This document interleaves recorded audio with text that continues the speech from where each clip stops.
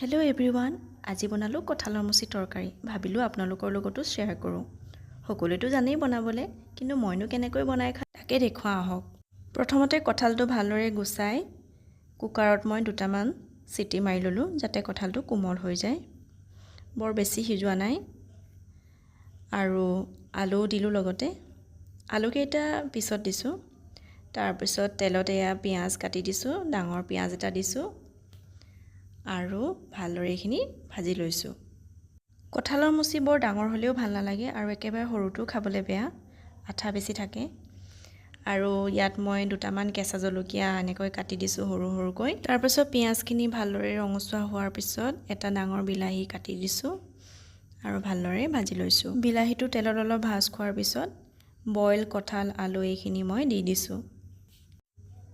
তাৰপিছত ভালদৰে এইখিনি মিক্স কৰি ল'লোঁ, ভালদৰে ভাজি ল'লোঁ। তাৰপিছত দিলোঁ হালধি, গুড়া জলকীয়া মই একেবাৰে ৰংটোৰ কাৰণেহে দিছোঁ। আৰু তাৰপিছত দিলোঁ মই তৈয়াৰ কৰি থোৱা এটা মছলা, য'ত আছিলে ধনিয়া, জিৰা, পাঁচফোৰণ, গোটা জালুক, শুকান জলকীয়া, তেজপাত আৰু কালজিৰা। এই গোটেইখিনি মই অকণমান গৰম কেৰাহীত তপতাই খুন্দি লৈছিলোঁ। সেইখিনি বাৰু আপোনালোকক দেখুৱাব নহ'ল। আৰু এই গোটেইখিনি এনেকৈ ভাজাৰ পিছত জিৰা পাউডাৰ আৰু মিট মছলা পাউডাৰ। অলৰেডি মছলা বহুত হৈছে, সেইকাৰণে পৰিমাণটো মই একেবাৰে কমকৈ ব্যৱহাৰ কৰিছোঁ। বেছি মছলা হ'লেও ভাল নালাগে আৰু একেবাৰে মছলা নহ'লে তৰকাৰীখন খাবলৈ বেয়া হয়।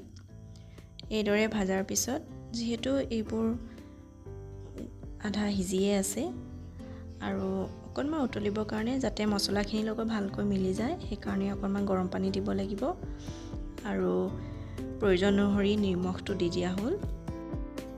আদা নহৰু পেষ্ট দিবলৈ নাপাহৰিব, যিটো মই আপোনালোকক দেখুৱাব নহ'ল।